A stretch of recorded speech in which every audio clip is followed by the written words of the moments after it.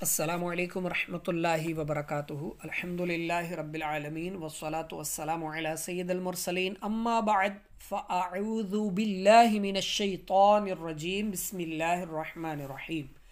نصاب الصرف، سب سے پہلے ہم نے لفظ کے بارے میں سنا، کلمہ، مفرد، مرکب، مرکب تام، ناقص۔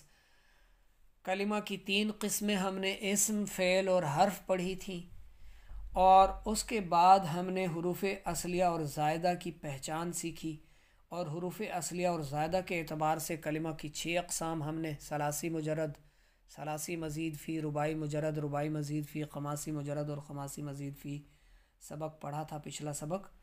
اور آج کا جو سبق ہے یہ ہے حروف صحیحہ اور حروف علت کے اعتبار سے کلمہ کی 7 قسمیں۔ حروف علت کون سے ہیں؟ الف، واو اور یا کو حروف علت، اور ان کے علاوہ باقی تمام حروف تہجی کو حروف صحیحہ کہتے ہیں۔ حروف صحیحہ اور حروف علت کے اعتبار سے کلمہ کی 7 قسمیں شمار کی جاتی ہیں، جنہیں 7 اقسام کہتے ہیں، اور وہ یہ ہیں: نمبر 1 صحیح، نمبر 2 محموز، نمبر 3 مضاعف، نمبر 4 مثال، نمبر 5 اجوف، نمبر 6 ناقص، نمبر 7 لفیف۔ نمبر 1 پر آ جاتے ہیں۔ صحیح وہ کلمہ جس کا کوئی حرف اصلی نہ حرف علت ہو، نہ حمزہ ہو، اور نہ اس میں ایک جنس کے 2 حروف ہوں، جیسے نصر، نون صاد را، فا عین لام کے مقابل کے حساب سے نصر میں کوئی حرف علت ہے یا حمزہ ہے حرف اصلی میں۔ اس کے حرف اصلی کون کون سے ہیں؟ نون صاد را، فا عین لام کے حساب سے۔ کاف تا با اس کے حروف اصلیہ ہیں، تو کاف تا با کی جگہ پر کوئی حرف علت ہے یا حمزہ ہے؟ نہیں ہے۔ اور یہ جو اس میں الف ہے، یہ الف زائد حروف میں سے ہے، یہ زائد حرف ہے الف۔ تو ان میں نہ کوئی حروف اصلی میں نہ کوئی حرف علت ہے نہ حمزہ ہے، تو یہ صحیح کلمہ کی قسم ہے۔ نصر، کتاب اس کی مثال ہے، معنی اس کا لکھا ہوا ہے۔ نمبر 2 محموز وہ کلمہ جس کا کوئی حرف اصلی حمزہ ہو، جس کا کوئی حرف اصلی کی پہچان کے لیے ہم نے کیا سیکھا تھا؟ فا عین لام، 1 لام، 2 لام یا 3 لام۔ تو اس وزن پر ہم نے جو ہے وہ حروف اصلیہ کی پہچان سیکھی تھی اور زائدہ کی۔ تو اب اس میں جو دوسری پہلی قسم ہم نے سن لی، دوسری قسم محموز ہے۔ تو اس کا یہ وہ کلمہ ہے جس کا کوئی حرف اصلی حمزہ ہو تو وہ محموز ہے۔ فا کلمہ میں ہو، عین کی جگہ ہو، لام کی جگہ ہو، حمزہ اگر ان تینوں میں سے کسی جگہ پر بھی آ گیا وہ محموز ہے۔ فا کلمہ میں آیا تو محموز الفا کہیں گے اس کو، جیسے اکلن کھانا، حمزہ کاف لام یہ اس کے اصلی حروف ہیں، تو ان اصلی میں حمزہ کس جگہ پر آ گیا؟ فا کی جگہ پر۔ فا کلمہ میں حمزہ آ گیا تو اب یہ اکلن محموز الفا کہلائے گا، اور اگر حمزہ عین کلمہ میں ہو تو محموز العین ہوگا، جیسے رأسن، را حمزہ سین، یہ کیا ہیں اس کے اصلی حروف؟ ان میں اصلی میں عین کلمہ پر کیا آیا ہوا ہے؟ حمزہ، تو یہ محموز العین کہلائے گا، رأسن جس کا معنی ہے سر۔ اور اگر حمزہ لام کلمہ میں ہو تو اسے کیا کہیں گے؟ محموز اللام کہیں گے، جیسے قرأ اس نے پڑھا۔ قاف را حمزہ، قاف فا کی جگہ را عین، اور حمزہ جو ہے یہ لام کی جگہ پر آیا ہوا ہے، تو یہ محموز اللام کہلائے گا۔ نمبر 3 مضاف۔ مضاف وہ کلمہ جس میں 2 حروف اصلیہ ایک جنس کے ہوں، جیسے مدن یعنی کھینچنا، مد جیسے کھینچ کر پڑھتے ہیں کسی حرف کو، یہ اصل میں ماددن تھا، یہ اصل میں ماددن تھا، تو یہ مضاعف ہے کہ اس میں 2 حرف اصلیہ ایک جنس کے آ رہے ہیں۔ اور اگر وہ ثلاثی ہوں گے اگر وہ کلمہ ثلاثی ہو تو مضاعف ثلاثی کہلائے گا، اگر رباعی ہو تو مضاعف رباعی کہلائے گا۔ اب مدن کیا ہے؟ ثلاثی مضاعف ہے، ٹھیک ہے، یہ ثلاثی ہے مادادن۔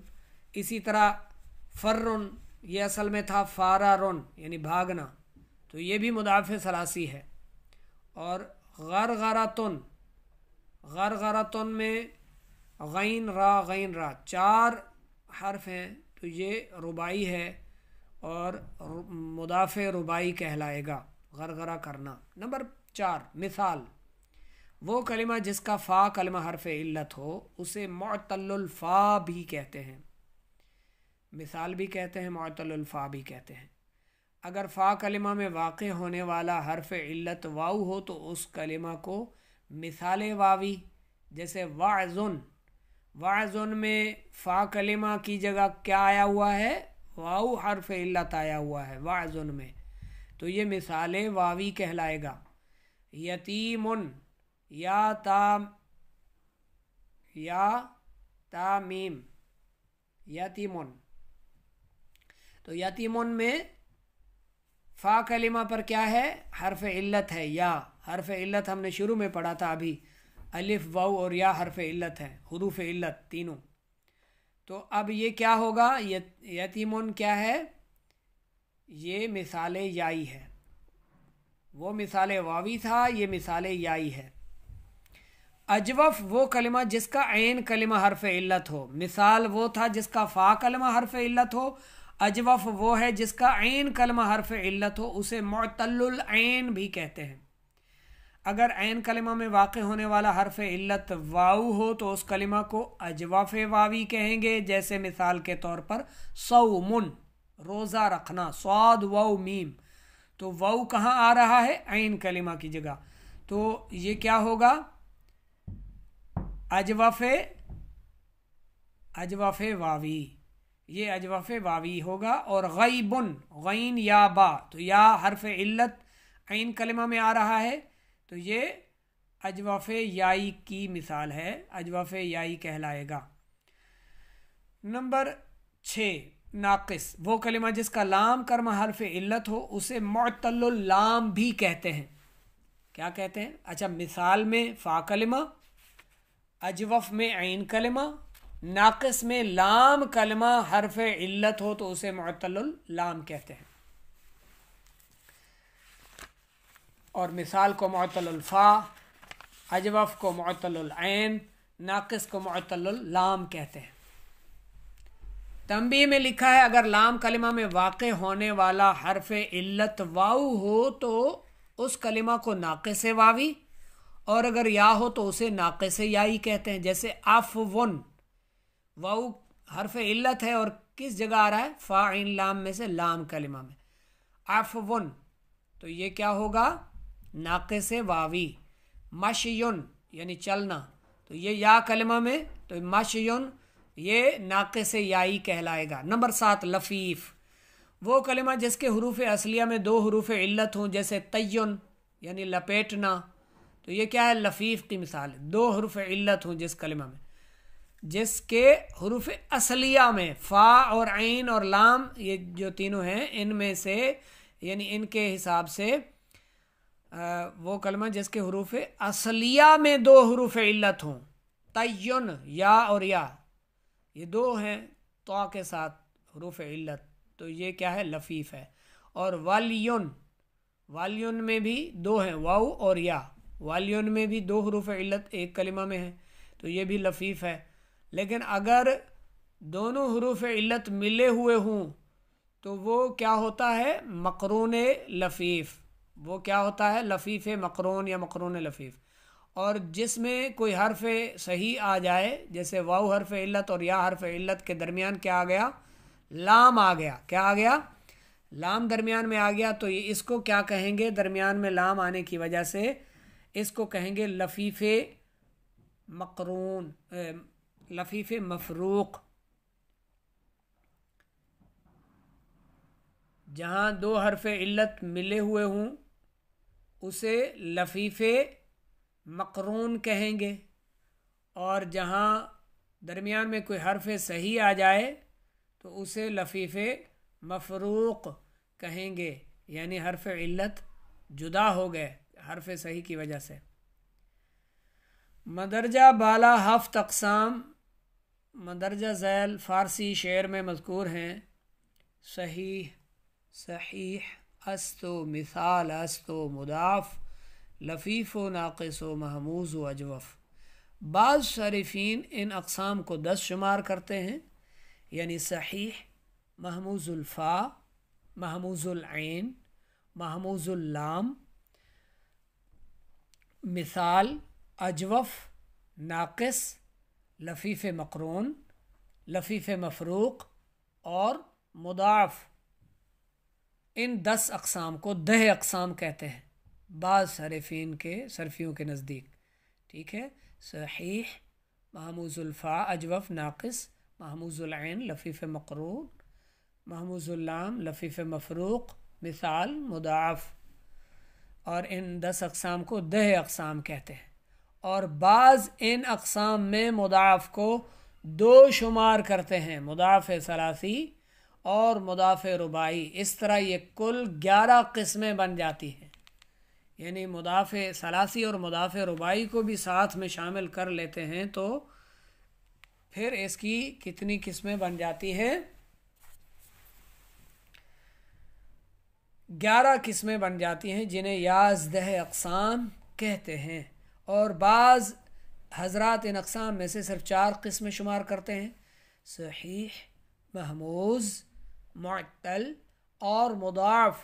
انہی 4 اقسام کو 4 اقسام کہا جاتا ہے۔ اب آتے ہیں سوالات کی طرف۔ مشقی سوالات۔ سوال نمبر 1، ہفت اقسام سے کیا مراد ہے؟ ہر ایک کی تعریف اور مثال بھی بیان کیجیے۔ ابھی آپ نے سنا سبق میں، اس سے آپ جواب دے سکتے ہیں۔